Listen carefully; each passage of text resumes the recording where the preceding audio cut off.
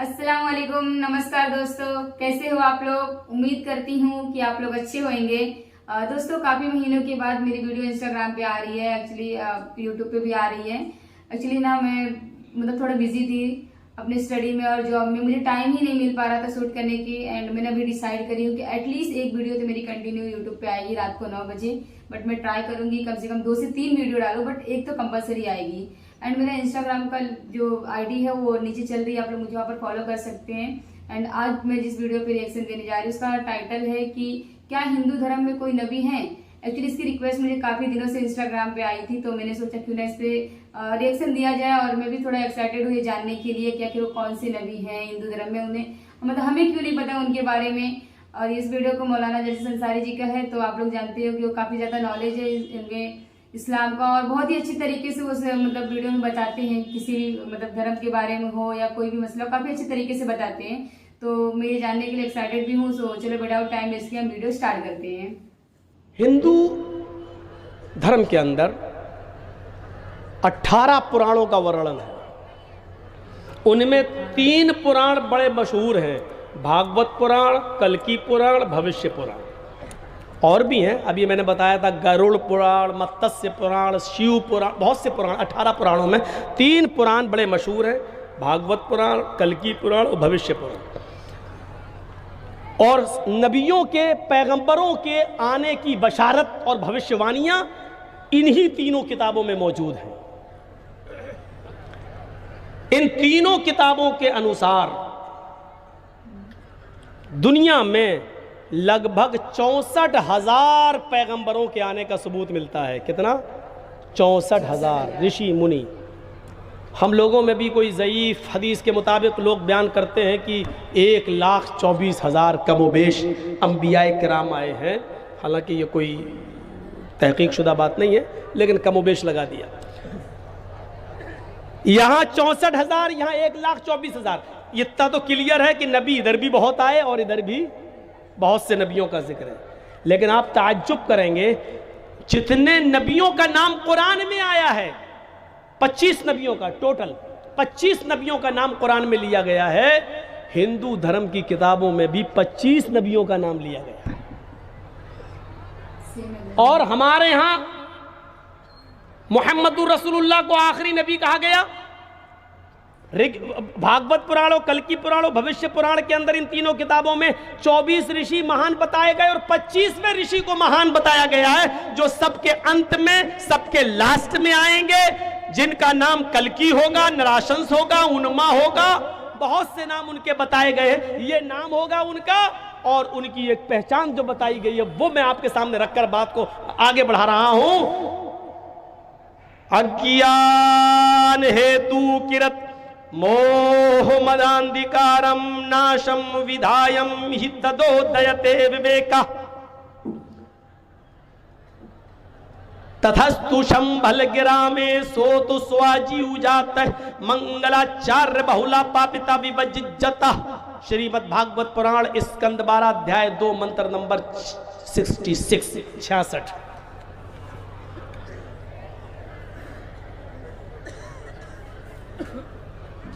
अज्ञान हेतु किरत, जिहालत जब आम हो जाएगी, ज्ञान मिट जाएगा, जिहालत आम होगी। हेतु किरत, सबका हितकारी आएगा उस वक्त। अज्ञानता, जुल्म, जिहालत आम होगी, अज्ञानता यानी जिहालत बढ़ जाएगी। तब इस अज्ञानता को मिटाने के लिए सबका हितकारी आएगा। सबके हित में, सबका हितकारी, मुसलमान का नहीं, सबका हितकारी। जैसे सूरज की रोशनी सबको मिलती है, हिंदू और मुसलमान के लिए अलग अलग सूरज नहीं है, एक ही सूरज। हिंदू और मुसलमान, सिख और ईसाई, पूरे देशवासी बल्कि दुनियावासी का, जगतवासी का, विश्ववासी का एक ही सूरज है। ऐसे ही अंतिम महर्षि, अंतिम संदेष्टा जब आएंगे तो वो पूरे जगत के लिए होंगे, पूरे विश्व के लिए होंगे, और वो किसी एक धर्म के विशेष नहीं होंगे, एक धर्म के लिए खास नहीं होंगे, बल्कि वो हर एक मजहब, हर पूरी दुनिया वालों के लिए होंगे। काफतल लिन्नासी बशीरन व नज़ीरा, हमने आपको पूरी दुनिया वालों के लिए खुशखबरी देने वाला और डराने वाला बनाकर भेजा है। वमा अरसलनाका इल्ला रहमतल लिल आलमीन, ऐ मोहम्मद सल्लल्लाहु अलैहि वसल्लम हमने आपको पूरे विश्व के लिए रहमत बनाकर भेजा है। तो पूरे दुनिया के लिए आएंगे, नाम भी बता दिया, इससे ज्यादा स्पष्ट और क्या हो सकता है। मोह मदांधिकारम नाशम विधायम हि तदोदयते विवेका, उनका नाम मोहम्मद होगा, मोहम्मद उनका नाम मोहम्मद होगा। अंधिकारम नाशम, उनके आने के बाद दुनिया से अंधेरा मिट जाएगा, अंधेरा नाश हो जाएगा। मोहम्मदांधिकारम नाशम, वो अंधेरे को नाश कर देंगे, वो अंधेरे को मिटा देंगे। तथस्तु शंभल गिराम में सोत स्वाजीव जाता है, वो शंभल गिराम में, शंभल मानी शांत और गिराम मानी गांव, वो शांति वाले गांव में आएंगे, यानी अल बलदिल अमीन, अमन वाला शहर, यानी मक्के के अंदर वो आएंगे, वो मक्के में आएंगे। शंभल गिराम मीज मक्का, वो मक्के में आएंगे, शंभल गिराम में आएंगे। इथकलो गत पर आए, 4 युग में 3 युग गुजर जाएंगे, वो कल युग में आएंगे। इतकलोगत प्राय, सतयुग गुजर जाएगा, त्रेता युग गुजर जाएगा, द्वापर युग गुजर जाएगा। जब घोर कलयुग होगा तो वो कलयुग के अंदर तशरीफ लाएंगे, पधारेंगे। इतकलोगत प्राय जनेशु, और उस कलयुग की पहचान ये होगी, जनेशु खरगर मिड़ी, सारी की सारी जनता गधों और जानवरों की तरह हो गई होगी। इंसानियत मिट चुकी होगी, मानवता खत्म हो चुकी होगी, इंसान इंसान का दुश्मन होगा, जो जानवरों की तरह हो गए होंगे। भगवान इतकलोगत प्राय जनेशु खरगर मिड़ी, धर्मत्राणाय, तब असली धर्म को जीवित करने के लिए, सनातन धर्म को जिंदा रखने के लिए, आदम से लेकर आखिरी नबी तक जो इस्लाम, जो सनातन और शाश्वत धर्म चला रहा, उसको बाकी रखने के लिए, सत्वैन उसकी सच्चाई को कायम करने के लिए भगवान अवतरिष्यति, भगवान अवतार उतारेगा, ईश्वर की तरफ से अवतार आएगा, अल्लाह अंतिम ऋषि को भेजेगा।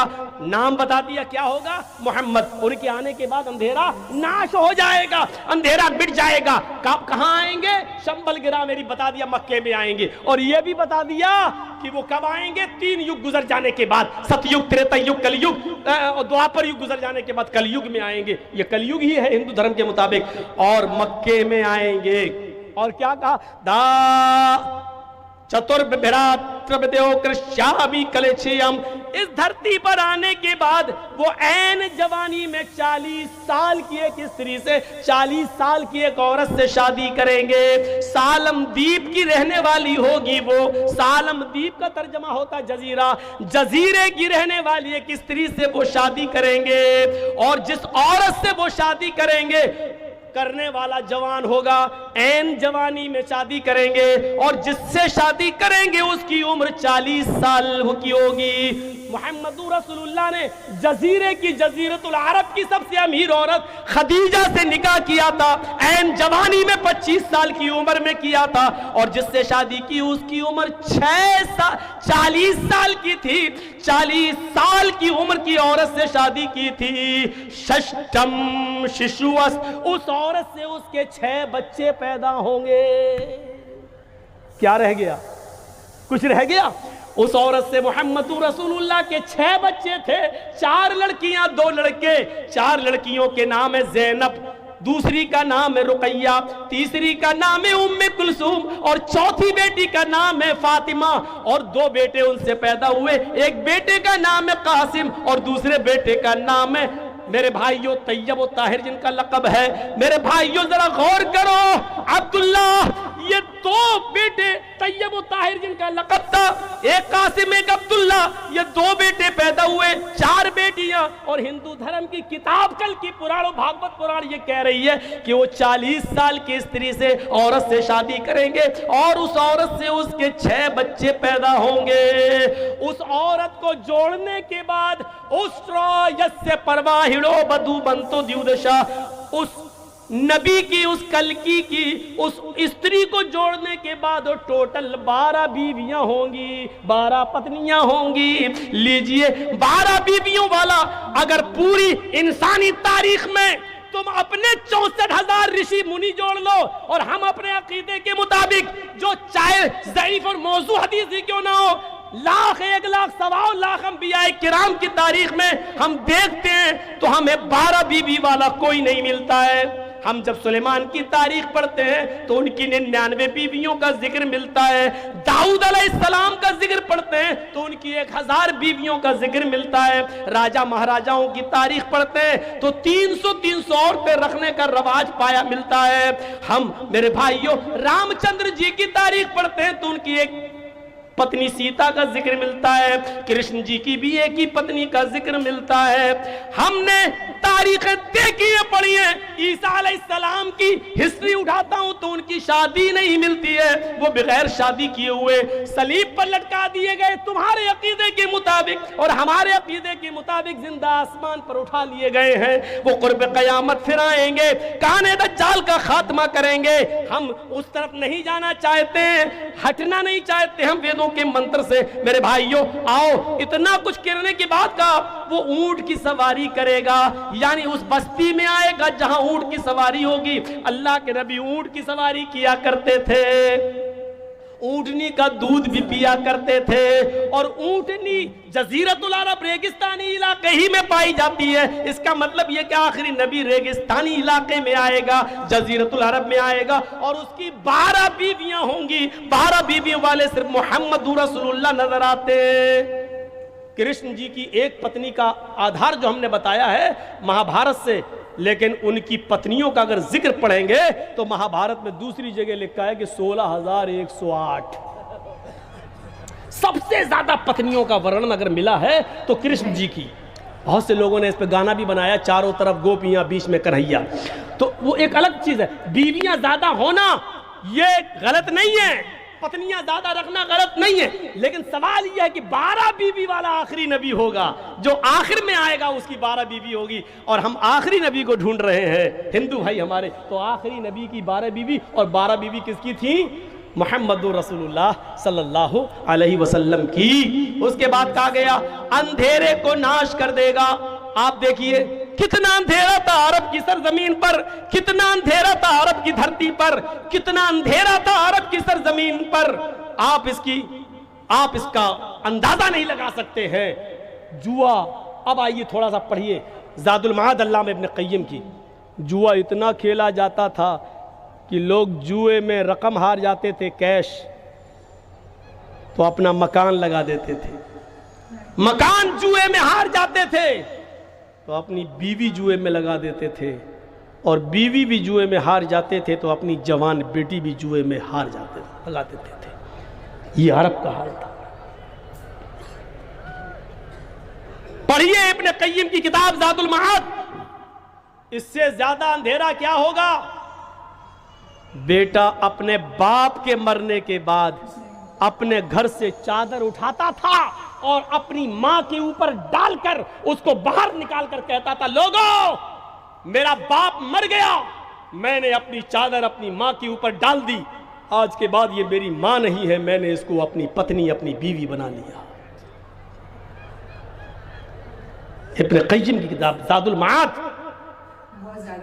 शराब तो इतना पीते थे कि मुस्नद अहमद की रिवायत, शराब के नशे में एक सहाबी ने बजाय अपनी बीवी के अपनी बेटी का हाथ पकड़ लिया और उसको खींचकर कमरे की तरफ ले जाने लगे। बेटी चीखी, बेटी की मां भागती हुई आई, अपने शौहर को धक्का दिया, उसको कमरे में बंद कर दिया और खुद बाहर अपनी बेटी को बचाया, निकाल लिया। जब होश में आए तो बीवी को पीटने लगे। बीवी ने कहा, पीट चुके? हाँ। बंद क्यों किया? कहा तुमने पी रखी थी। वो तो मैं रोज पीता हूं। ये उस वक्त की बात है जब शराब हराम नहीं हुई थी। नहीं, आज ज्यादा ही पी रखी थी, कभी कम कभी ज्यादा, ये तो होता ही रहता है। आज इतनी पी ली थी आपने कि आप बीवी और बेटी में अंतर नहीं कर सके। सो दोस्तों, बहुत ही पावरफुल ये वीडियो रहा एंड फाइनली हमें पता चल गया कि हिंदू धर्म में आखिरी नबी कौन है।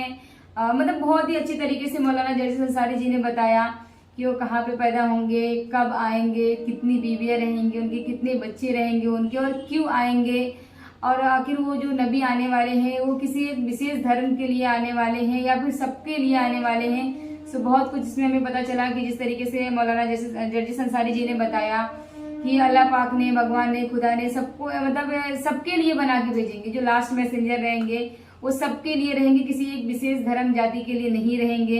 एंड फाइनली हमें उनका नाम भी पता चल गया कि मोहम्मद सल्लल्लाहु अलैहि वसल्लम उनका नाम है।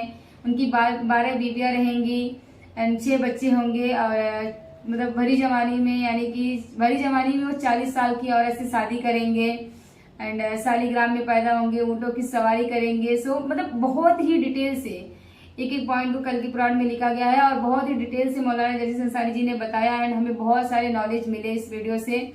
एंड मैं अगेंस्ट थैंक्स बोलना चाहूंगी मौलाना जर्जिस अंसारी जी को कि उन्होंने इतनी अच्छी वीडियो बनाया और हमें इतना सारा नॉलेज मिला। एंड मेरे को भी जो मेरे मन में सवाल थे कि भाई आखिरी नबी कौन है, उनके बारे में जानने की जो एक्साइटमेंट थी वो सारी मतलब मेरे को पता चल गया सब कुछ। तो मैं बहुत ज़्यादा हैप्पी भी हूँ कि एंड मैं उनको थैंक्स बोलना चाहती जिन्होंने मुझे ये वीडियो रिकमेंड किया रिएक्शन देने के लिए। बिकॉज अगर वो नहीं करते रिकमेंड तो शायद मुझे ये नॉलेज नहीं मिल पाता। सो मैं आप लोगों को भी रिक्वेस्ट करना चाहती हूँ दोस्तों कि आप लोगों के पास ऐसी कोई वीडियो रहे जिसपे लगता है आप लोगों को मुझे रिएक्शन देना चाहिए तो आप लोग मुझे इंस्टाग्राम पे भेजिए, मैं डेफिनेटली उस पर रिएक्शन दूंगी। एंड इसी के साथ मैं वीडियो को एंड करती हूँ। मिलती हूँ अगली वीडियो में, तब तक आप लोग अपना ध्यान रखिए। जय हिंद, जय भारत।